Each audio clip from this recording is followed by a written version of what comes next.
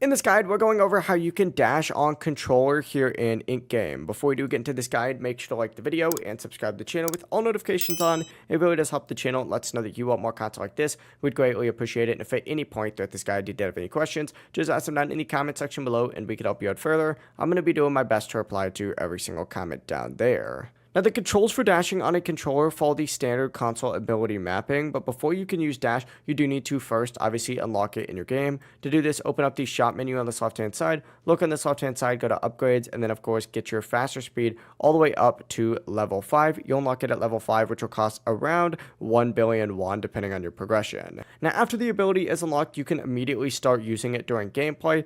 If you're playing on like an Xbox, you just have to hit B to perform a standard dash. If you have the Phantom Step ability, you can activate it by hitting X, but essentially just use the left stick to control the direction that you want to dash. And if you're playing on PlayStation, press the circle button to perform that dash, and then square to use the Phantom Step. Again, use the left stick to control, and you're all set. But once it is unlocked, dash does become a very useful movement tool for dodging attacks, moving faster, or just escaping dangerous situations. But that is how you can dash on controller here in Ink Game.